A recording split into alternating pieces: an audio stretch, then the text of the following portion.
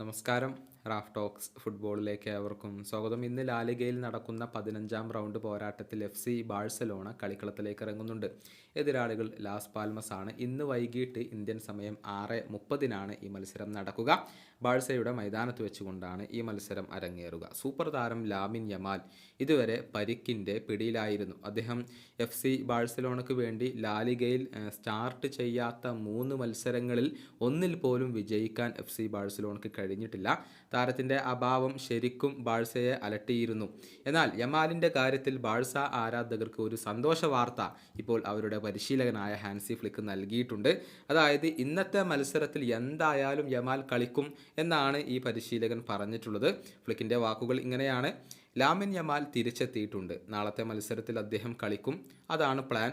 അദ്ദേഹം സ്റ്റാർട്ട് ചെയ്യുമോ ഇല്ലയോ എന്നുള്ളത് ഞാൻ ഇതുവരെ തീരുമാനിച്ചിട്ടില്ല. പക്ഷേ മത്സരത്തിൽ അദ്ദേഹം കളിച്ചിരിക്കും. ഇതാണ് ബാഴ്സലോണയുടെ പരിശീലകൻ ഇന്നലെ നടന്ന പ്രസ് കോൺഫറൻസിൽ പറഞ്ഞിട്ടുള്ളത്.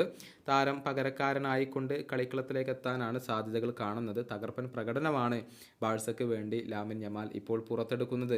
12 ലീഗ് മത്സരങ്ങളിൽ നിന്ന് 5 ഗോളുകളും 7 അസിസ്റ്റുകളും അദ്ദേഹം സ്വന്തമാക്കിയിട്ടുണ്ട്. ചാമ്പ്യൻസ് ലീഗിൽ 1 ഗോളും 1 അസിസ്റ്റുമാണ് അദ്ദേഹം നേടിയിട്ടുള്ളത്. നിലവിൽ ലാലിഗയിൽ 1ാം സ്ഥാനത്ത് FC ബാഴ്സലോണ തന്നെയാണ്. 14 മത്സരങ്ങളിൽ നിന്ന് 11 വിജയവുമായി 34 പോയിൻ്റാണ് ഇപ്പോൾ FC ബാഴ്സലോണക്കുള്ളത്. ഈ വീഡിയോയുടെ അവസാനിപ്പിക്കുന്നു. ഫുട്ബോൾ ലോകത്തെ കൂടുതൽ വിശേഷങ്ങളുമായി റാഫ് ടോക്സ് കൊണ്ടുവെത്താം.